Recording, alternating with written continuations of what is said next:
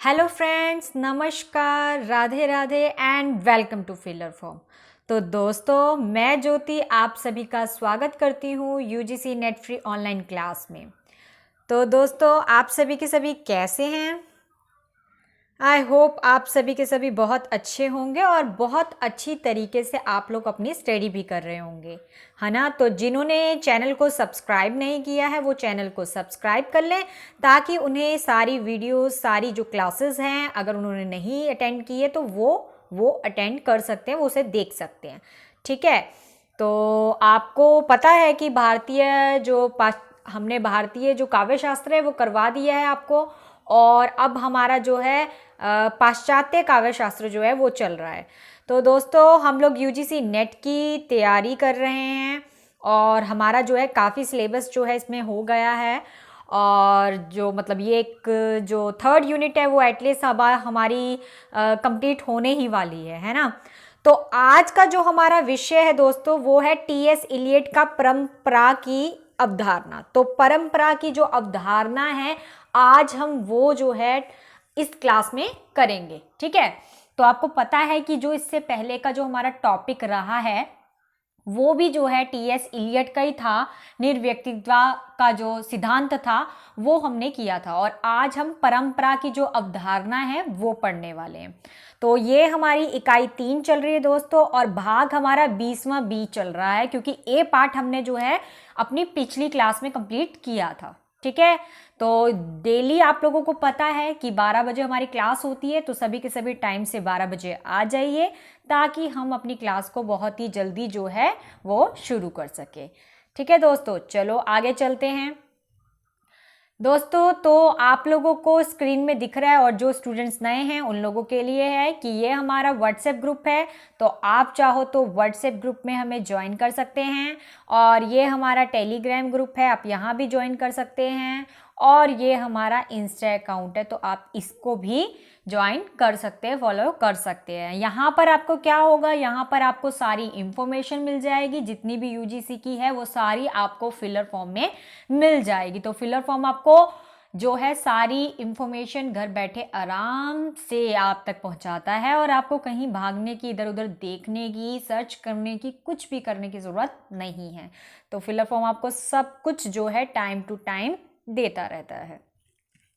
जैसा कि आप लोगों को पता है कि हमारे 2 एग्जाम होते हैं, पेपर 1 और पेपर 2। तो हम लोगों ने पेपर 1 पेपर 2 की तैयारी करनी है। तो स्टूडेंट्स, मेरा फर्ज बनता है कि मैं आप लोगों को बताऊं कि हमें पेपर 1 की तैयारी भी करनी है। ऐसा नहीं कर सकते हम लोग कि हम ओनली पेपर 2 की तैयारी करें। ठीक है, ऐसा नहीं है।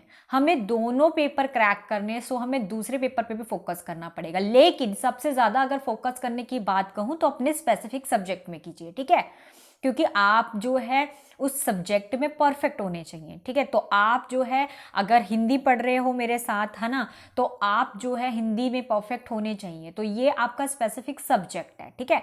बट फर्स्ट पेपर भी हमें क्रैक करना है, तो फर्स्ट पेपर की तैयारी भी करनी पड़ेगी। और वो तैयारी कैसे होगी, उसमें आएगा करंट जीके, और फर्स्ट पेपर में जो हमारी 10 यूनिट्स है वो कवर अप होगी। तो आप लोगों अटेंड करेंगे 9 बजे की क्लास, जिसमें आप लोगों का जीके हो जाएगा, एंड देन आप उसके बाद 11 बजे और 2 बजे जो है फर्स्ट क्लास जो है वो अटेंड कर सकते हैं। तो यहाँ पर आपका बच्चों फर्स्ट पेपर जो है वो पूरी तरीके से उसकी प्रिपरेशन हो रही है, तो आप लोग वो कर लेंगे। वो अभी थोड़ा सा जो भी है, तो अभी तो है चल रहा है, लेकिन आप लोग तब तक पुरानी क्लासेस जो है वो देख सकते हैं। लेकिन अभी यहाँ पर जो आपको सेकेंड क्लास मिल रही है, ये तो आपकी लाइव ही चल रही है ना। तो आप लोग जो है अच्छे से इसे स्टडी कीजिए और अपने सब्जेक्ट पे परफेक्ट हो जाइए। ठीक है। तो डेफिनेटली नेट जेआरएफ आपके हाथों में होगा, और आप जो है बहुत अच्छी तरीके से जो है इसे अपने यूज में ला सकते हैं। तो अब आप लोगों को एप्लीकेशन सामने दिख रही है, प्ले स्टोर पे जाइए, फिलर फॉर्म सर्च कीजिए। देखो, फिलर फॉर्म आप सर्च करेंगे, स्पेलिंग है FILLERFORM। तो आप फिलर फॉर्म सर्च करेंगे, वहां पर आपको एप्लीकेशन मिल जाएगी, आप उसे इंस्टॉल करें। इंस्टॉल करने के बाद आपको वहां पेपर 1 और पेपर 2 मिलेगा। वहां पर आपको पेपर 1 और पेपर 2 में फ्री नोट्स मिल रहे हैं। देखो, आपको कहीं भी नोट्स ढूंढने की जरूरत नहीं पड़ेगी, आपको बने बनाए नोट्स वहां पर मिल रहे हैं। तो आप लोग वहां से नोट्स लेकर आप उसको रीडिंग कर सकते हैं। देखो, क्लासेस आपको यहाँ मिल रही है, आप नोट्स को क्या करें, नोट्स को डेली, नोट्स को एक एक नोट्स जो भी पार्ट हम करवाते हैं आप उस पार्ट को वहाँ पे पोर्शन को पूरी तरीके से पढ़िए, ठीक है। लाइव क्लासेस आपकी चल ही रही है, लाइव क्लासेस हो रही है आपकी, ठीक है। बाकी थोड़ी और अच्छी तरीके से अभी हम फैब में शुरू करेंगे, ठीक है। 5000 MCQs एंड PYQ, मतलब ये आपको वहाँ पे प्रीवियस ईयर क्वेश्चन पेपर्स भी मिल रहे हैं और MCQs भी मिल रहे हैं, तो आप लोग वहाँ पर अपनी प्रैक्टिस भी कर सकते हैं, ठीक है। तो ये दोस्तों 100% ऑफ है, यहाँ पर आपको 1 रुपये भी पेड नहीं करना पड़ रहा, तो ये आपको फ्री ऑफ कॉस्ट है। जी हाँ, बिल्कुल जो आप सुन रहे हैं ये बिल्कुल सही है कि आप फ्री ऑफ कॉस्ट आपको सब कुछ जो है मिल रहा है। तो अब हम बिल्कुल देरी ना करते हुए अपने सेशन की ओर जाते हैं और अपना देखते हैं कि हमारा जो सिलेबस है वहाँ पर हम कहाँ तक पहुँचे हैं, और उन स्टूडेंट्स को भी क्लियर हो जाएगा जो स्टूडेंट्स आज आए हैं और जिन्होंने आज क्लास को ज्वाइन किया है। तो जब आए तब सवेरा, तो जब भी आओगे तो आपको काफ़ी बेनिफिट ही मिलेगा, ठीक है। तो आप लोगों को पता है हमारी इकाई 3 चल रही है, उसमें हम साहित्य शास्त्र में जो है पार्ट जो हमारा भारतीय काव्य शास्त्र है वो पूरा पढ़ चुके, तो ये वाला पार्ट हमारा कंप्लीट हो चुका है। और अब हम पाश्चात्य पढ़ रहे हैं, और पाश्चात्य में हम जो है एलियट का जो सिद्धांत है, टीएस एलियट का जो सिद्धांत है, निर्व्यक्तिकतावाद का जो, निर्व्यक्तिकता का जो सिद्धांत था वो हमने कल की क्लास में किया था, और आज हम कर रहे हैं परंपरा की अवधारणा। तो आज हम परंपरा की अवधारणा जो है वो कर लेंगे, और जो है हमारा टीएस एलियट का जो ये सेशन है वो कंप्लीट हो जाएगा कि उन्होंने क्या कहा है, ठीक है, उनका क्या विचार है। तो जब उनके सिद्धांत के बारे में बच्चों हम पढ़ लेंगे तो हम आईएस रिचर्ड्स के बारे में पढ़ेंगे। आईएस रिचर्ड्स ने जो अपने सिद्धांत दिए हैं, 3 सिद्धांत दिए हैं उन्होंने, मूल्य सिद्धांत, संप्रेक्षण सिद्धांत और काव्य भाषा सिद्धांत, ठीक है। तो हम जो है ये सिद्धांत जो है वो नेक्स्ट क्लास में कंप्लीट करेंगे। तो कल हम मूल्य सिद्धांत जो है वो पढ़ेंगे आईए रिचर्ड्स का, ठीक है। फिर हमारे बस यही रह जाएगा रूसी रूपवादी और ये समीक्षा वगैरह, तो ये हम फिर उसके अगले क्लासेस में कंप्लीट कर लेंगे, और आई थिंक जो है हमारा मोस्टली ये कंप्लीट हो जाएगा इस बार। फिर हम चलेंगे नेक्स्ट यूनिट पे। तो अब हम चलते हैं आगे अपने टॉपिक की ओर। तो हमारा टॉपिक है पाश्चात्य काव्य शास्त्र में टीएस इलियट की परंपरा की अवधारणा। तो दोस्तों टीएस इलियट का फुल नाम क्या है, जल्दी से कमेंट करके बताइए, जल्दी, मुझे थोड़ा सा पिछला रिवाइज करना बनता है, ठीक है, रिवीजन इज मस्ट। तो रिवीजन जो है वो हमारा पहला पार्ट है किसी भी स्टडी के लिए। तो ये हमारा पहला पार्ट है कि हमने क्या पढ़ा है उसे हमें थोड़ा सा जो है हमेशा रिवाइज करते हैं। तो बताइए जरा फटाफट कमेंट सेक्शन में कमेंट कीजिए, टीएस इलियट जो है उनका नाम क्या है, उनका फुल नेम बताइए। जी बिल्कुल, थॉमस स्टान्स इलियट, ठीक है। तो ये इनका पूरा नाम है, और मुझे कमेंट करके बताइए इनका जन्म और मृत्यु का टाइम पीरियड, जल्दी से कमेंट करके बताइए जन्म कब हुआ और मृत्यु कब हुई, फटाफट। जी बिल्कुल, तो इनका जन्म जो है 1888 में हुआ था, और इनकी मृत्यु जो है 1965 में इनकी मृत्यु हुई थी। तो ये जो है इनका जन्म और मृत्यु का आपको पता चल गया इलियट का, ठीक है। और इनका जन्म स्थान क्या है, जल्दी बताइए, जन्म स्थान क्या है इनका। तो जन्म स्थान इनका क्या है, अमेरिका। तो इनका अमेरिका जो है वो जन्म स्थान है, ठीक है दोस्तों। तो और इनको जो है एक नोबेल पुरस्कार भी मिला था, और नोबेल पुरस्कार किस चीज़ के लिए मिला था, जो इनकी एक रचना थी दी वेस्टलैंड। तो दी वेस्टलैंड के लिए इनको नोबेल पुरस्कार मिला था 1948 में। 1948 में इनको जो है दी वेस्टलैंड के लिए नोबेल पुरस्कार भी दिया गया था, ठीक है दोस्तों। तो ये तो कुछ बेसिक बातें थी जो थॉमस स्टान्स इलियट की थी, जिसको जानना ज़रूरी था। और कृतियाँ भी मैंने आपको बता रखी है, द सेकेंड वुड हो गया, होमेस टू जॉन ड्राइडन था, एलिजाबेथ वाली थी। तो मतलब काफ़ी सारी जो बुक्स हैं इनकी रचना जो है, इनकी कृतियाँ जो है वो आप लोगों को कल मैंने बताई थी, ठीक है। और जैसे कि आपको पता है कि मैंने इनके 3 सिद्धांत बताए थे और उन 3 सिद्धांतों के बारे में बताया था। लेकिन जो चर्चा हमने की थी, क्योंकि हम लोग यूजीसी नेट की तैयारी कर रहे हैं, तो हमने जो है उनमें से जो है 2 की ही चर्चा करनी है। तो आपको पता है कि टी.एस. इलियट ने जो अपने 3 सिद्धांत दिए हैं, जो कि काफ़ी महत्वपूर्ण भी है और काफ़ी फेमस भी हुए हैं। तो निर्वैयक्तिकता का जो सिद्धांत था वो दिया था उन्होंने। दूसरा, उन्होंने परंपरा की परिकल्पना का सिद्धांत दिया था, या परंपरा की जो है अवधारणा की बात कहूँ तो परंपरा की जो अवधारणा है ये सिद्धांत दिया था। और तीसरा, उन्होंने वस्तुनिष्ठ समीकरण का सिद्धांत दिया था। लेकिन आपको पता है यूजीसी नेट की तैयारी कर रहे हैं, तो उसमें जो हमारे सिलेबस में हम वही पढ़ेंगे। तो हमारे सिलेबस में था निर्वैयक्तिकता का सिद्धांत, जो कि हमने कल की क्लास में किया था, और आज हम बी पार्ट कर रहे हैं, और बी पार्ट में हमारे पास क्या है, परंपरा की अवधारणा। तो आज हम टी.एस. इलियट का जो है परंपरा की अवधारणा के बारे में जानेंगे।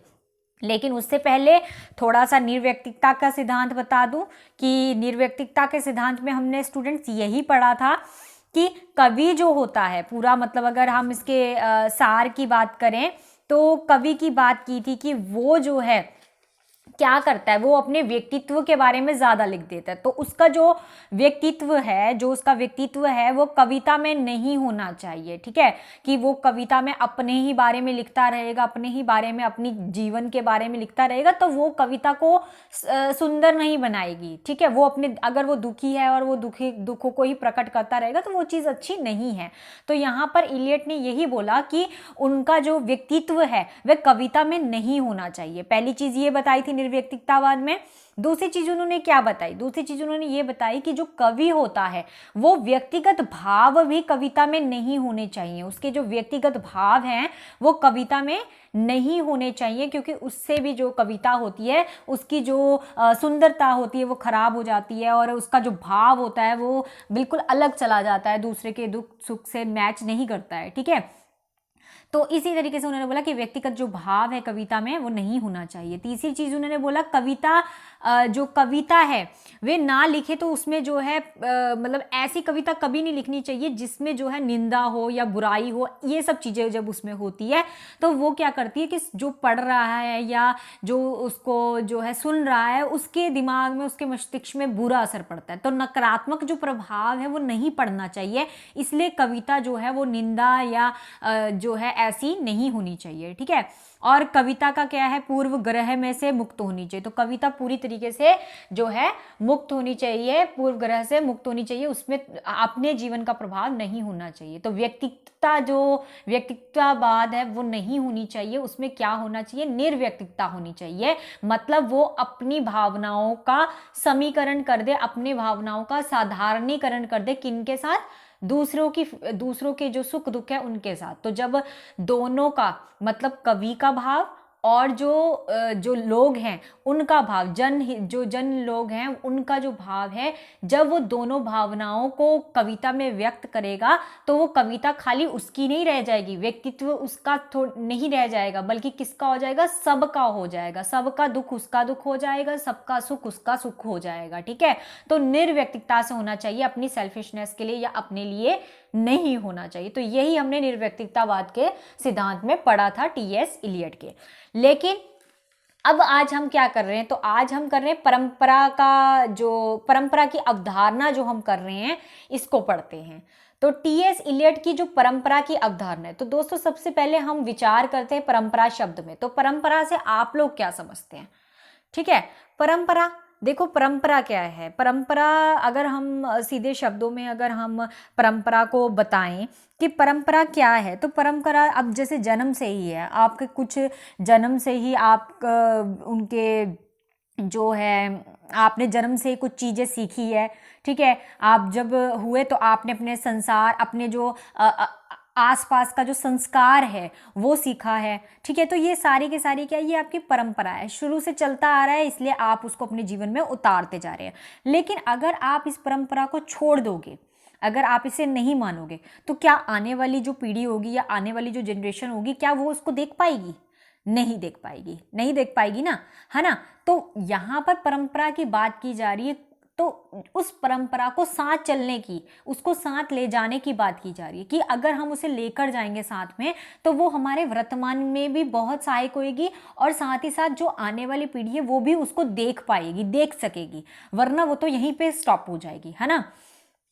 तो यहाँ पर परंपरा की जो बात है वो ये कहना चाहते हैं कि जो परंपरा है वो हम उसे खत्म ना करें, उस परंपरा को छोड़े ना, क्योंकि अगर हमने उसे छोड़ दिया तो वो खत्म हो जाएगी, अगली वाली पीढ़ी तक तो पहुंचेगी नहीं और उन्हें पता भी नहीं होगा उसके बारे में। तो वो कह रहे हैं कि उस परंपरा को साथ लेके चलते हैं, शायद उससे हमारा जो वर्तमान है वो सुधर जाएगा, वो अच्छा हो जाएगा, और क्या होगा, वो सुधरेगा और आगे वाली जो पीढ़ी है वो भी उसे देखेगी तो वो भी उस परंपरा को और आगे बढ़ाएगी। ठीक है, तो वो ऐसे बढ़ते बढ़ते हमारा जो भविष्य है उसे बहुत ही अच्छा कर देगी। ठीक है, नहीं तो अगर परंपरा खत्म होगी तो हम धीरे धीरे विनाश की ओर जो है बढ़ने लग जाएंगे। तो यहाँ पे वो परंपरा के बारे में जो है यहाँ पे मतलब बता रहे हैं। ठीक है, तो अब हम सबसे पहले चर्चा करते हैं यहाँ पर कि क्या कहते हैं जो टी.एस. इलियट है उनका क्या मानना है। तो सबसे पहला पॉइंट है कि इलियट के पहले 19वीं सदी में अंग्रेजी में जिस रोमांटिक समीक्षा का प्रचलन था, जो तो आपको पता ही है, हमने निर्व्यक्तिकतावाद में भी पढ़ा था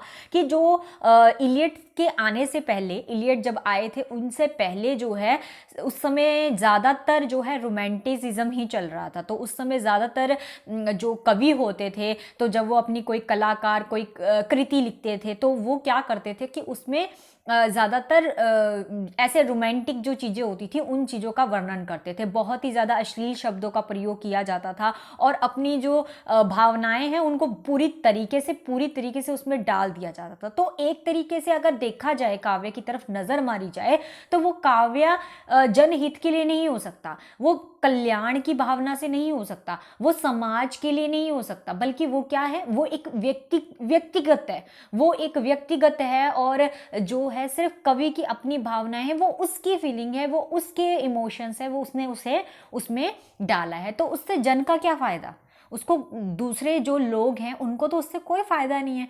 तो पहले जो है मतलब इलियट के आने के पहले जो रोमांटिक समीक्षा है, मतलब जो रोमांटिसिज्म था वो बहुत ही ज़्यादा प्रचलन था उसका, और कवि ने जो है व्यक्तिकता और कल्पनाशीलता का जो है विशेष महत्व दिया। तो ये तो आपने देखा ही है कि कवि जो है बता रहे हैं कि जो निर्व्यक्तिकता आएगा यहाँ पे, ठीक है, तो निर्व्यक्तिकता का जो सिद्धांत है उन्होंने वो दिया और उन्होंने कल्पनाशीलता पे भी बल दिया कि हमें कल्पना भी करनी चाहिए। कैसे कि मतलब जो हमने अपने व्यक्तित्व में अनुभव किया है, जो भी हमने अपने जीवन में अनुभव किया है, उसके साथ ही साथ हमें जो है लोगों की चीज़ों को भी देखना चाहिए और सोचना चाहिए, कल्पना करनी चाहिए, ताकि हम उनकी चीज़ों को और अपनी चीज़ों को दोनों को मिक्सअप करके हम उसको अपनी प्रतिभा से कविता में उतार सके। ठीक है, तो उससे लोगों का जन का फायदा भी होना चाहिए, कोई एक नैतिक मूल्य भी होने चाहिए, उद्देश्य होना चाहिए। ठीक है, और एक आदर्श समाज जो है उसको हम एक आदर्श समाज बना सके, ऐसी हमारी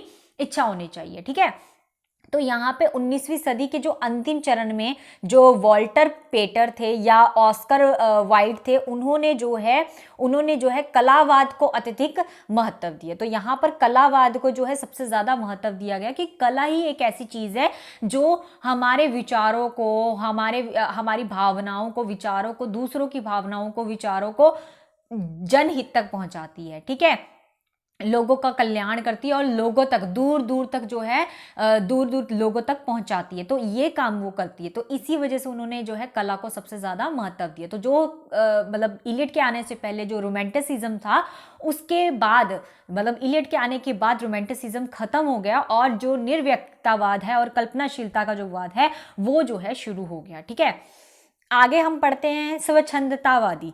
तो अगर हम स्वच्छंदतावादी की बात करें तो जो इलियट थे वो स्वच्छंदतावादी विचारधारा का विरोध करते थे। ठीक है, वो इसके पक्ष में नहीं थे, वो इसके विरोध में थे। ठीक है, तो विद्वान जो कवि हैं उन्होंने क्या कहा है कि प्रतिभा और अंतर जो प्रेरणा है उसको ही काव्य सर्जन का मूल मानकर प्रतिभा को दैवी गुण बताया है। अब दैवी गुण क्यों बताया है? दैवी गुण हमने पढ़ा था ना, दैवी गुण क्या था कि ईश्वर ने जो है क्रिएट किया है हम लोगों को, तो ईश्वर ने ही हमें वो शक्ति दी है, हमारे अंदर वो प्रतिभा दी है कि हम किसी सुंदर काव्य की रचना कर सके, संरचना कर सके। ठीक है, तो वो गुण क्या है, दैव्य है, क्योंकि वो परमात्मा ने हमें दे रखा है, पैदाइशी हमारे संस्कारों में था वो, ठीक है। तो इसे ही उन्होंने व्यक्तिगत काव्य सिद्धांत कहा है, ठीक है। अब देखो वो हमारे अंदर ही था, हमें पहले से काव्य लिखना, हमने जो संसार को देखा भी नहीं, संसार के साथ मिले भी नहीं, कुछ भी नहीं हुआ, लेकिन हमने क्या है, अपने आसपास जो हमारे घर के संस्कार हैं उन्हीं चीज़ों से सीखकर हमने अपनी प्रतिभा को बढ़ाया और हम एक काव्य, सुंदर काव्य लिखने लगे। तो वो क्या है, व्यक्तिगत काव्य है, क्योंकि हम उसमें अपने बारे में लिखते हैं, अपनी चर्चा करते हैं, अपने जीवन में होने वाले। देखो बहुत सारे लोगों को डायरी लिखने का शौक होता है ना, तो वो क्या है, वो भी तो एक व्यक्तिगत काव्य, एक व्यक्तिगत ही सिद्धांत है, एक व्यक्तिगत ही जो है अपने जिंदगी के बारे में वो उस किताबों में उतार रहा है। क्या उससे जनहित का कोई फायदा है? हाँ, ऐसा हो सकता है, अगर उसकी उसकी सोच, उसकी विचारधारा बहुत आदर्श हो तो शायद वो उससे जनहित का कुछ हो सकता है, लेकिन अगर वो अपने पर्सनल इमोशंस उसमें लिख रहा है, पर्सनल चीज़ें उसमें लिख रहा है, तो उससे हमारे को कोई फायदा नहीं है। लेकिन वो जो सिद्धांत होगा वो क्या होगा, व्यक्तिगत होगा, क्योंकि वो उसका खुद का अपना निजी है, ठीक है। तो यहाँ पर वही बात की जा रही है कि जो स्वच्छंदतावाद है वो विचारधारा के विरोध में थे इलियट, ठीक है। वो कहते हैं कि कवि व्यक्तिगत की अभिव्यक्ति नहीं करता है, मतलब जो उसके व्यक्तित्व है उसकी अभिव्यक्ति नहीं करता, वे केवल माध्यम होता है। यहाँ पर कवि ने, जो इलियट है, उन्होंने केवल उनको माध्यम ही माना है और कुछ नहीं माना, सिर्फ माध्यम माना कि ये सिर्फ माध्यम है और कुछ नहीं है।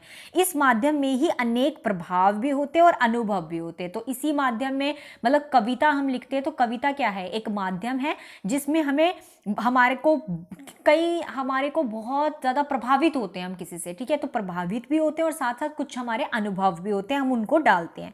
तो ये बिल्कुल जो है अप्रत्याशित, कह सकते हैं कि अप्रत्याशित और विचित्र ढंग से होते हैं, ठीक है। जो है प्रभाव और अनुभव व्यक्ति के लिए महत्वपूर्ण होते हैं और काव्य में उनका जो कोई स्थान नहीं होता। जो काव्य में अभिव्यक्त होते हैं वह कवि के ही निगण्य होते हैं। तो इस तरीके से देखा जाए तो सिर्फ अगर काव्य में वो अपने बारे में लिख रहे हैं तो वो सिर्फ कवि के लिए है और किसी के लिए नहीं है। तो यहाँ पर जो है मान्यता है, इलियट ने मान्यता दी है कि उन्होंने जो है निबंध, जो परंपरा और व्यक्तित्व प्रज्ञा है, ये देखो इन्होंने दे रखा है, जो परंपरा और जो है व्यक्तित्व प्रज्ञा, जिसको हम क्या कहते हैं, ट्रेडिशनल एंड इंडिविजुअल टैलेंट। तो ट्रेडिशनल और इंडिविजुअल टैलेंट में उन्होंने बताया है, कहा है कि परंपरा के अभाव में, अगर परंपरा ना होगी, देखो परंपरा को कितना ज़्यादा यहाँ पे महत्व दे रहे हैं इलियट, तो परंपरा अगर नहीं होगी तो कवि जो है वो छाया मात्र है। कवि की कोई वो चीज़ नहीं है, अगर परंपरा ही नहीं है तो उनका कोई अस्तित्व ही नहीं है। तो देखो कितनी बड़ी बात बोल दी है इलियट ने कि अगर परंपरा नहीं है तो कवि का कोई अस्तित्व नहीं है, कवि कुछ भी नहीं है।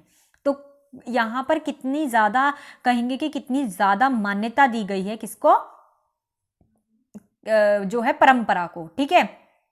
तो यहाँ पर इस तरीके से जो है इलियट ने बताया है। अभी तो और भी बहुत सारे पॉइंट हैं, हमें वो पढ़ने हैं सारे के सारे, फिर आप लोगों को जो है पता चलेगा कि क्या है, ठीक है। अब आगे चलते हैं, तो फोर्थ पॉइंट की ओर चलते हैं। फोर्थ पॉइंट में क्या बोलते हैं इलियट, तो इलियट के अनुसार जो है परंपरा अत्यंत महत्वपूर्ण वस्तु है। तो परंपरा को बहुत ही ज्यादा महत्वपूर्ण माना है। परंपरा को छोड़ देने से हम वर्तमान को भी छोड़ बैठेंगे। तो परंपरा अगर छोड़ देंगे, मैंने कहा था ना कि परंपरा को महत्व दे रहे कि परंपरा का होना जरूरी है। अगर परंपरा होगी तो हमारा वर्तमान भी अच्छा रहेगा, ठीक है। और अगर वर्तमान अच्छा रहेगा तो वर्तमान भविष्य में जो भी पीढ़ी आएगी आगे, वो जो है उन चीजों को, उन परंपराओं को अपनाएगी और वो हमारी इस परंपरा को और आगे तक लेकर जाएगी। तो परंपरा को अगर हम छोड़ देंगे तो वर्तमान को भी छोड़ देंगे, ठीक है। पांचवा पॉइंट कहते हैं कि उन्होंने इस बात पर भी बल दिया था कि परंपरा के भीतर ही कवि की जो व्यक्तिगत प्रज्ञा होती है वह सार्थकता मान्य नहीं होनी चाहिए, मतलब मान्य होनी चाहिए, उसकी जो सार्थकता है वो मान्य होनी चाहिए। तो यहां पर क्या बोल रहे हैं, इस चीज पे बल भी दिया कि परंपरा के भीतर ही, कि परंपरा के अंदर जो कवि की अपनी व्यक्तिगत जो प्रज्ञा होती है, मतलब कवि के जो अपने व्यक्तिगत अनुभव होते हैं, है ना, जो उसके व्यक्तिगत जो अनुभव होते हैं उनकी बात करें कि उसको जो है मान्यता देनी चाहिए, तो वो भी हो। और जो दूसरी जो मैंने कहा कि निर्व्यक्तिकता में जो बता रखी बातें, वो भी उसके अंदर होनी जरूरी है, ठीक है। अब छठा पॉइंट क्या कहते हैं कि परंपरा को परिभाषित करते हैं। अब यहाँ पर इलियट क्या कर रहे हैं, परंपरा को बता रहे हैं कि एक्चुअल में परंपरा है क्या। तो उनकी नजर में क्या है, उन्होंने कहा कि इसके अंतर्गत उन सभी स्वाभाविक कार्य आते हैं। तो वो सारे स्वाभाविक कार्य जो हम लोग करते हैं, जो हमारे संस्कार में होते हैं, आदतें हो गए, रीति रिवाज हो गए, जो हमारे घर पे कल्चर है या कुछ भी है वो रीति रिवाज हो गए, उनका समावेश होता है, वो सारी चीजें उसके भीतर होती है, जो स्थान विशेष पर रहने वाले लोगों के सह संबंध के प्रतिनिधित्व करते हैं। तो ये सारी की सारी चीजें क्या करती है, संबंधों को अच्छा बनाते हैं और उनका प्रतिनिधित्व करते हैं। तो परंपरा के भीतर ही विशिष्ट धार्मिक आचारों के लेकर जो है अंग तुंग के स्वागत की प्रतिनिधि और उनके संबोधन करने का ढंग सब कुछ जो है समाहित होता है। तो इसके अंदर जो है धार्मिक आचार भी आ जाते हैं, मतलब धार्मिक चीजें भी इसके अंदर आ जाती है। तो एक तरीके से वो परंपरा में बता रहे हैं कि परंपरा में बहुत कुछ होता है, हमारे स्वाभाविक कार्य होते हैं, आदतें होती हैं, रीति रिवाज होते हैं, धार्मिक आचार होते हैं, हमारे आचार व्यवहार होते हैं। तो ये सारी चीजें जो है उसके अंदर होती है। तो हमारे लिए जो है कितनी जरूरी है परंपरा, ठीक है। तो यहाँ परंपरा के बारे में उन्होंने बताया। अब आगे चलते हैं कि इलियट जो है वो और क्या बता रहे हैं इसमें।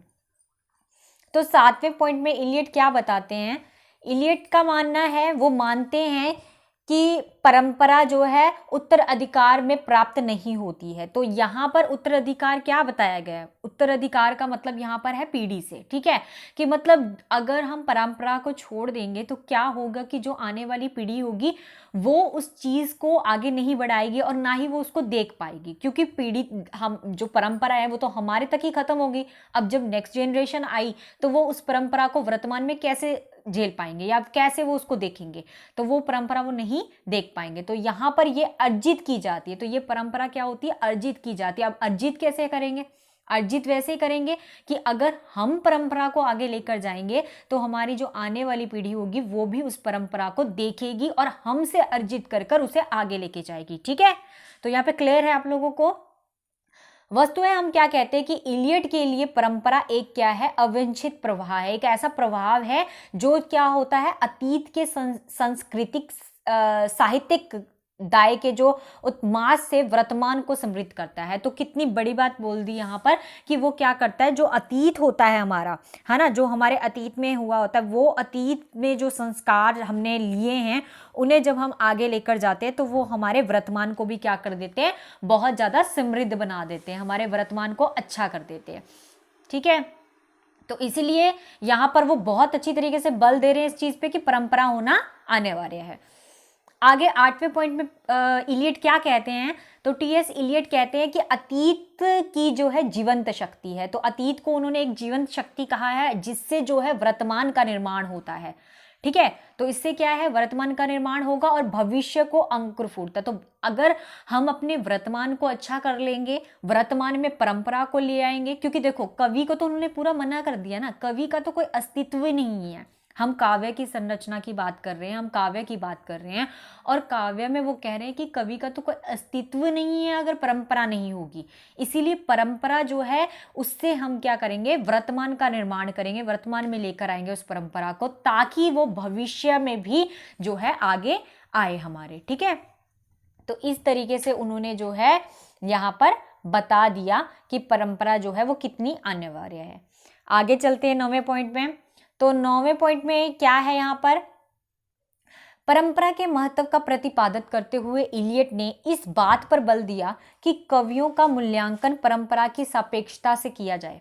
अब यहाँ पर क्या है कि कोई भी बात, यहाँ पर किस चीज़ पे बल दिया जा रहा है कि कवियों का मूल्यांकन, जो कवि होते हैं, देखो कवि की बात मैंने आपको पीछे बता दी कि जो कवि हैं उनका तो अस्तित्व नहीं है अगर परंपरा नहीं है, ठीक है।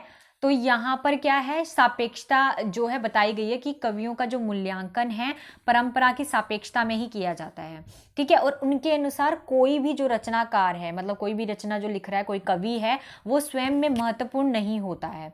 तो वो खुद महत्वपूर्ण नहीं होता है, वह अपनी पूर्णवर्ती, यहाँ पे महत्वपूर्ण ऐसे क्यों बोला गया, क्योंकि व्यक्तित्वता की बात कर रहे हैं कि कवि अगर अपने ही बारे में लिखेगा, अपने बारे में ही वो करेगा तो वो कोई महत्वपूर्ण चीज़ नहीं होएगी, वो अपने पूर्ववर्ती कवियों की तुलना में ही अपनी महत्वता जो है वो सिद्ध कर सकता है। तो यहाँ पर क्या है, यहाँ पर जो है वो तुलना करके बता रहे हैं कि जो पूर्ववर्ती कवि हैं, ठीक है, जो पहले के जो कवि हैं उनकी तुलना की जा रही है यहाँ पर, किनके साथ, उनकी महत्ता को बताया जा रहा है। ठीक है, कि पूर्ववर्ती कवियों की तुलना में ही अपनी महत्ता जो है वो सिद्ध कर सकता है। कि हम देखेंगे कि जो पुराने कवि थे वो कैसी जो है परंपरा को लेकर आगे आ रहे थे, और हम जो है वो कैसी परंपरा को यहाँ दिखा रहे हैं।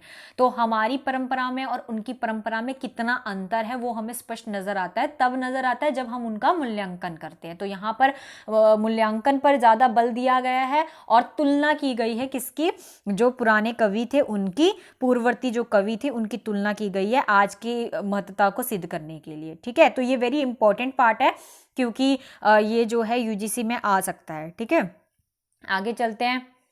अगला पॉइंट है 10वां, कि इलियट के अनुसार परंपरा का महत्वपूर्ण तत्व इतिहास बोध है। तो इतिहास बोध क्यों कहा है, सिंपल सी बात है, इतिहास, हम बार बार इस चीज़ पे चर्चा कर रहे हैं कि पुरानी जो अतीत में जो हमारे पास परंपरा है उसे हमें लेकर आना है। तो इतिहास का तो होगा ना, इतिहास का मतलब क्या होता है, जहाँ हम पुरानी चीज़ों के बारे में चर्चा करते हैं। तो यहाँ पर क्या है कि पुराने परंपरा की बात की जा रही है कि उन पुरानी परंपराओं का हमें बोध होना चाहिए, क्योंकि अगर हमें उसका बोध होगा तभी हम उसको वर्तमान में लेकर आ सकते हैं, और वर्तमान में लेके आएंगे तभी जो वर्तमान की पीढ़ी है वो भी उसे अडॉप्ट करेगी और उन्हें आगे लेकर जाएगी। तो इस तरीके से हमारी परंपरा कभी टूटेगी नहीं, हमेशा बनी रहेगी और आगे तक लेकर चलेगी। आगे 11वें पॉइंट में बोलते हैं कि परंपरा से उनका तात्पर्य प्राचीन रूढ़ियों के मूक अनुमोदन और अंधानुकरण कदापि नहीं है। ठीक है, अपितु परंपरा जो है, अपितु जो परंपरा है वो क्या है, वस्तुएं प्राचीन काल के साहित्य तथा धारणाओं का समायिक बोध है, और वह परंपरा से प्राप्त ज्ञान का अर्जन और उनके विकास का पक्षधर है, और यही परंपरा का जो है गायात्मक स्वरूप है। तो यहाँ पे मेन चीज क्या है, यहाँ पे मेन चीज है गायात्मक स्वरूप बताया गया है। गायात्मक का मतलब होता है जो परंपरा है उसकी गति की बात की जा रही है, कि जो परंपरा की गति है कि वो किस गति से जो परंपरा है वो पीछे से चलती आ रही है।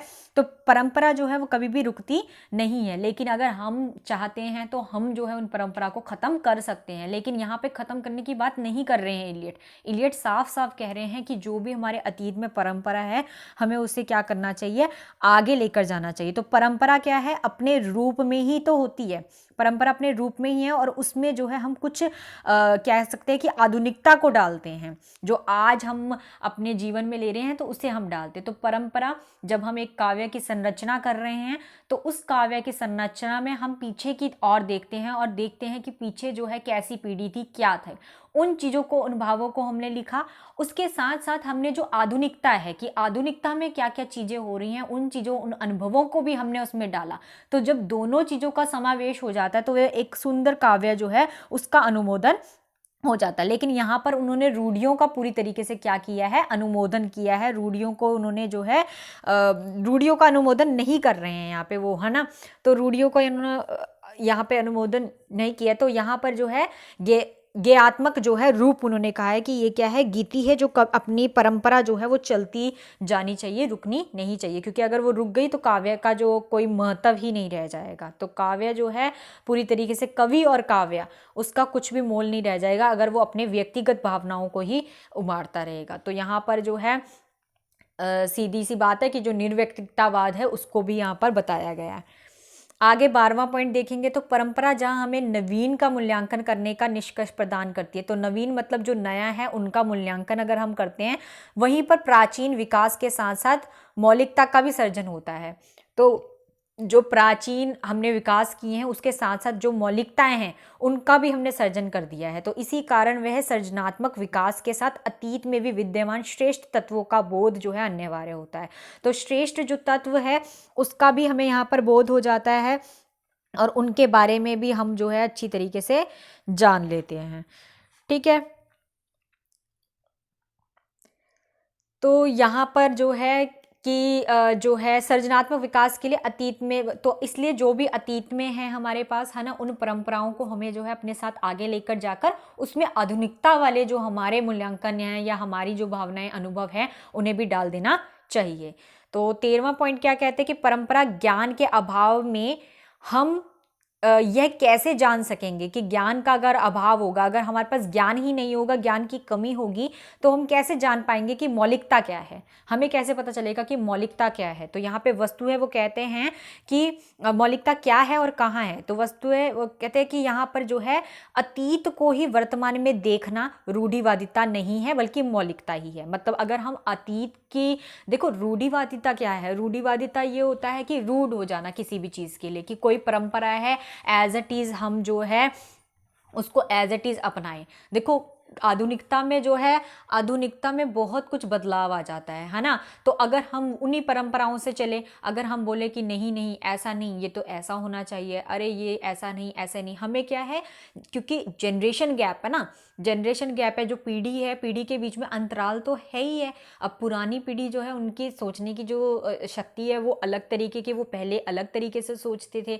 आज की जो जनरेशन है, आज की जो पीढ़ी है, वो अलग तरीके से सोचती है। लेकिन अगर हम जो है पूरी तरीके से रूढ़िवादी हो जाएं, अगर हम पूरी तरीके से वही बोलें कि जैसे वो करते थे हम वही करेंगे, तो आज लोग, दुनिया तो कहाँ की कहाँ पहुंच गई, तो हम तो वहीं के वहीं रह जाएंगे, है ना। इसीलिए क्या है, आधुनिकता को भी अपनाना पड़ रहा है। ये नहीं बोल रहे हैं कि उसे छोड़ दो, वो बोल रहे परंपरा को साथ में लेकर चलो, लेकिन उसके साथ ही साथ आधुनिकता को भी डालो। तो यहाँ पर अतीत को वर्तमान में देखना रूढ़िवादिता नहीं बताया उन्होंने। बोला कि जब हम अतीत को, मतलब परंपरा को, अगर हम परंपरा ही तो हमारा अतीत है, तो अगर हम उसको जो है वर्तमान में लेकर आ रहे हैं, तो वो रूढ़िवादिता नहीं है, मतलब हमारी कट्टरता नहीं है कि हम उसको जो है साथ लेके चलेंगे ही चलेंगे और एज इट इज लेके चलेंगे, बल्कि वो हमारी क्या है, मौलिकता है, का हमारा मौलिक आधार है, जिसको हमने जो है अपने आधुनिकता के साथ मिलाकर जो है समावेश कर कर उसको हमने अपने जीवन में उतारना है। तो वर्तमान जो कला है का यथार्थ मूल्यांकन तभी संभव होगा, अगर हम वर्तमान की बात करें तो उसका अगर हमने मूल्यांकन करना है, तो वो तभी संभव है जब उन्हें विगत कला रूपों में परिप्रेक्ष्य में परखा जाएगा। तो अगर हम उसे परखा जाएगा, उसकी तुलना किसके साथ की जाएगी, जो पुराने कवि हैं उनके साथ तुलना की जाएगी, अन्यथा उनकी मौलिकता और श्रेष्ठता का जो आकलन है वो नहीं किया जा सकता। तो अगर हम अभी अपनी ही कवियों की बात करें, जो आज के टाइम के कवि हैं, सिर्फ उन्हीं की चर्चा करेंगे, तो हमें कैसे पता चलेगा, हमें फर्क कैसे पता चलेगा कि पिछले वाले जो कवि, जो पूर्ववर्ती कवि थे, वो अच्छे थे कि ये वाले कवि अच्छे हैं? तभी पता चलेगा जब दोनों का क्या होगा, जब दोनों की तुलना की जाएगी, तब हमें पता चलेगा कि अतीत में हमने क्या पाया था और अभी हमने क्या पाया, मूल उद्देश्य क्या है, नैतिकता क्या है, आदर्श क्या है, मौलिकता क्या है, ये सारी चीजों के बारे में हमें ज्ञान होगा। ठीक है, तो आई होप आपको ये चीज जो है समझ में आ गई होगी परंपरा का। अब आगे चलते हैं। तो परंपरा जो सिद्धांत है, उसकी उपादेयता क्या है? तो अगर हम इसकी बात करें, तो यहाँ पर इलियट ने परंपरा के महत्व को दो बिंदु में जो है प्रतिपादित किया। तो दो बिंदु उन्होंने बताए हैं और उसको आगे जाके उन्होंने थोड़ा सा डिफाइन कर दिया है कि वो क्या है। तो सबसे पहली चीज़ की अगर हम बात करें, तो पहला उन्होंने ये बताया कि कलाकार को ज्ञान होता है कि उसे क्या करना चाहिए। तो कलाकार जो है उसे पता होता है कि उसे जो है क्या करना है, कैसे करना है। कवि की अगर वो कविता लिख रहा है, अगर काव्य की संरचना कर रहा है, तो कैसे करनी है उसे काव्य की संरचना, इन चीज़ों के बारे में पता, उसे पता है कि उसने काव्य में क्या क्या डालना है, वो सारे बिंदुओं को जानता है, सब कुछ जानता है। ठीक है, तो ये सारी चीज़ें जो है कलाकार को पहले से ही पता होती है। अगर कोई नाटक कर रहा है, तो उस कलाकार को पता होगा कि उसने अपने कौन सा जो रोल है वो यहाँ पर प्रस्तुत करना है। नायक नायिका है, तो नायिका ने अपना कौन सा जो रूप है वो प्रस्तुत करना है। तो इस तरीके से सभी कलाकारों को अपने कलाकार जो होते हैं उनको ज्ञान होता है कि उन्हें क्या करना है। और दूसरा पॉइंट उन्होंने ये बताया कि उनकी कृति का मूल्य क्या है। तो अगर वो कोई कृति लिख रहे हैं या काव्य की संरचना कर रहे हैं, तो उन्हें उस चीज़ का मूल्य पता होगा, उनको पता होगा कि इसका उद्देश्य क्या है, इसका जो है इसका लाभ किन को मिलेगा, किन किन से होगा। तो इन सब चीज़ों की जो चर्चा है वो इलियट जो है करते हैं। ठीक है, तो वो हम पढ़ेंगे अभी कि जो है उन्होंने किस तरीके से इन दोनों जो पॉइंट है, इनको, इन दोनों बिंदुओं को कैसे उन्होंने जो है स्पष्ट किया है आगे। तो इलियट क्या कहते हैं यहाँ पर, इलियट फर्स्ट पॉइंट जो है, इलियट द्वारा प्रतिपादित परंपरा सिद्धांत अत्यंत व्यापक है और उपादेय। तो इस तरीके से बहुत बड़ा सिद्धांत है, ठीक है, और उपादेय भी है, ठीक है। परंपरा से जो है ज्ञान का विस्तार होता है। अगर परंपरा होगी तो उससे ज्ञान का विस्तार होगा। कैसे विस्तार होगा? क्योंकि जो पुरानी परंपरा होगी हम उसे लेंगे और उसमें आधुनिकता को भी मिलाएंगे तो काफ़ी बड़ी हो जाएगी वो परंपरा, ठीक है। वो परंपरा जो है काफ़ी बड़ी हो जाएगी, तो हमने उसको छोड़ना नहीं है बल्कि उसके साथ ही आधुनिकता को भी मिलाकर उसे आगे बढ़ाना है, तो वो विस्तार हो जाएगा। तथा अतीत और वर्तमान से जुड़ाव भी होता है। तो अतीत जो पुराना पीछे परंपरा जो अपनाई गई थी या जो लोग फॉलो करते थे, वही परंपरा आज वर्तमान में भी उसे जोड़ देना चाहिए। तो जिसमें जो है कलाकार का जो मध्यस्थ की जो भूमिका निभाते हुए पूर्ववर्ती जो धाराएं हैं उनसे अवगत होकर कला तथा साहित्य का सर्जन भी करना होता है। तो जो पूर्ववर्ती जो कवि होते हैं उनसे और आज के जो कवि हैं उनकी जो है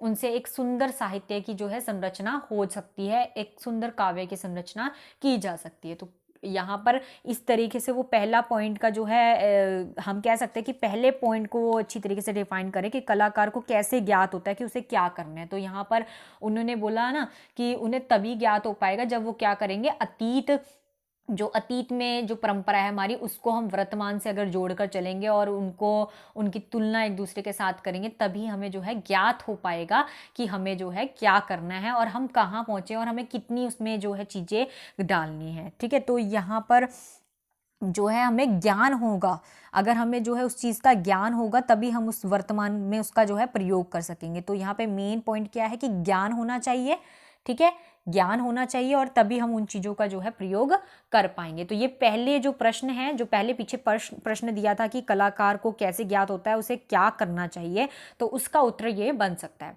उसके बाद जो दूसरा प्रश्न था हमारा कि उनकी जो कृति थी उसका मूल्य क्या होगा, तो उनकी कृति का मूल्य क्या होगा, उसका उत्तर हमें यहाँ पर मिलेगा। तो परंपरा का जो संबंध है वो संस्कृति से होता है ना। कोई भी परंपरा है तो उसका संबंध क्या होगा, किससे होगा, संस्कृति से होगा। तो संस्कृति में किसी भी जाति के या समुदाय के जीवन और कला, दर्श, साहित्य आदि का उत्कर्ष अष्ट जो है रहता ही है ये सब। तो संस्कृति में जो है एक प्रकार का जो है नितण्य रहता है और उससे प्राप्ति के लिए जो है प्रयत्नपूर्ण अतीतों को जानना जरूरी होता है। तो जरूरी है कि हम जो है पुरानी जो चीज़ें हैं उन चीज़ों को जानें, उनको पहचानें कि क्या है उसमें क्या है, और ऐसी चीज़ों को जानकर हमें अतीत के बारे में जानेंगे तभी हमें पता चलेगा कि क्या है और उसमें कितना परिवर्तन करने की ज़रूरत है, कितना उसमें और ज़्यादा प्रयत्न करने की ज़रूरत है। तो परंपरा का जो है बोध से ही साहित्यकार को यह ज्ञात हो जाता है। तो अगर जब उसको परंपरा का बोध होता है, जब उसे परंपरा के बारे में मतलब जब वो अतीत में देखता है कि परंपरा कैसी थी, जब उस चीज़ का उसको बोध होता है तो साहित्यकार को या कवि को पता चल जाता है, ज्ञात हो जाता है कि वह जो कुछ कर रहा है उसका मूल्य क्या है। समझ आ गया, उसको पता चल जाता है कि उसका मूल्य क्या है, क्योंकि उससे उसको क्या फायदा है, क्या हानि है, ये सब चीजें उनको पता चलती है पुराने वाले जो परंपरा है उनको देखकर। तो इस प्रकार जो परंपरा है ज्ञान द्वारा साहित्यकार को कर्तव्य बोध बताती है, ठीक है। तो कर्तव्य बोध की उसको अपने कर्तव्य का बोध होना चाहिए, ठीक है, कि उसे क्या क्या करना है क्या नहीं, और मूल्यों का जो साहित्यिक ज्ञान है, ठीक है, मूल्यों का पता चलता है, साहित्यिक ज्ञान से उनको मूल्य का पता चलता है। तो ये सब चीज़ें उनको प्राप्त होती है। तो इस तरीके से जो दूसरा जो प्रश्न किया था वो आपको यहाँ पर मिल जाता है। तो यहाँ पर जो है इलियट ने दूसरे उसमें पक्ष में कितनी अच्छी तरीके से जो है समझा दिया कि मतलब एक तरीके से परंपरा के बिना जो है वर्तमान जो है वो ठीक नहीं किया जा सकता। तो उसमें जो है अगर परंपरा जो है हमें पता होगी, परंपरा का बोध होगा, यहाँ पे मेन है ज्ञान की बात की गई है कि परंपरा का अगर बोध होगा तो हम जो है आज को अपने वर्तमान को जो है सुधार सकते हैं, अपने वर्तमान को ठीक कर सकते हैं, ठीक है। आई होप आप लोगों को जो है परंपरा की जो अवधारणा है वो समझ में आई होगी जो कि इलियट ने दी है। तो पहली उसने निर्व्यक्तिकतावाद की सिद्धांत दिया था और अब उन्होंने जो दूसरा सिद्धांत दिया था वो परंपरावाद का सिद्धांत दिया। तो परंपरा में उन्होंने जो है एक तरीके से निर्व्यक्तिकता भी दिखा रहे हैं और परंपरा दिखा रहे हैं कि पिछली परंपरा को लेकर हम अपने वर्तमान को जो है सुधार सकते हैं, उनको अच्छा बना सकते हैं। तो अब हम जो है निष्कर्ष देखते हैं इसका क्या हो सकता है। तो अगर सार की बात करें पूरा ओवरऑल कि इसका सार क्या होगा या हम क्या समझेंगे इसके सार को, तो देखो ध्यान से। तो सबसे पहले यहाँ पे बात की गई है इलियट के द्वारा कि परंपरा से हम अपने वर्तमान को सुधार सकते हैं। तो हाँ बिल्कुल सही है कि अपने परंपरा से हम वर्तमान को सुधार सकते हैं, तो अगर हम अतीत पे जाते हैं हम अपने अतीत में कैसी परंपरा थी या अतीत में कैसे कवि थे जिन्होंने अपने काव्य की संरचना की, उनको देखेंगे तो हमें पता चलेगा कि हमारे काव्य का मूल्य क्या है। हमारे मूल्य कैसे पता चलेगा, कि हमें पता चलेगा कि हमारा काव्य उनसे ज़्यादा अच्छा है या हमारा काव्य जो है उनसे भी ज़्यादा बुरा है। ठीक है, तो ये सब चीज़ों का मूल्यांकन तो हम तभी, देखो सभी के लिए अपना काव्य सही होता है, सबके लिए अपना काव्य जो है सर्वश्रेष्ठ होता है। तो जो आज के कवि होंगे, आधुनिक काल के कवि होंगे, वो कहेंगे कि हमारा काव्य तो पहले के बेहतर, बहुत अच्छा है, लेकिन उन्होंने देखे तो नहीं ना। लेकिन जब वो उन काव्यों को उठाकर देखेंगे तो वो देखेंगे कि उनका काव्य उनको बहुत फीका नजर आने लगेगा। उन्हें पता चलेगा कि नहीं, पहले के जो कवि थे उन्होंने तो बहुत अच्छे अच्छे काव्य की जो है संरचना की, बहुत अच्छे अच्छे काव्य जो है उन्होंने लिखे। तो इस तरीके से अतीत का जो बोध, अतीत में जो परंपरा है, अतीत में जो काव्य की संरचना की, उन चीज़ों का बोध होगा तो हम आज का मूल्यांकन कर कर उसको जो है और ज़्यादा सुंदर और बेहतर बना सकते हैं। तो काव्य की संरचना बहुत अच्छी हो सकती है, उसका सौंदर्य और बढ़ सकता है अगर हम उसे अतीत अपनी परंपरा को ना छोड़ते हुए उसको अपनी आधुनिकता के जो अनुभव है वो डालकर उसको बहुत सुंदर कर सकते हैं। तो परंपरा से ही हम अपने वर्तमान को जो है सुधार सकते हैं, और वर्तमान सुधरेगा तो आगे वाली जो पीढ़ी है वो भी उन परंपराओं का आनंद उठा सकेगी। दूसरा है सकारात्मक जो है बिंदु जो है जोड़ सकते हैं। तो सकारात्मक बिंदु जोड़ने की बात कर रहे हैं, नकारात्मक नहीं। तो ऐसा काव्य नहीं संरचना होनी चाहिए ऐसे काव्य की जिसमें निंदा हो, बुराई हो, तो और जिससे जो है किसी का अनहित हो। ठीक है, तो किसी का नाश नहीं करना हमें बल्कि उसे और ज़्यादा अच्छा बनाना है, और ज़्यादा अच्छा लेना है, उसको प्रगति की ओर ले जाना है।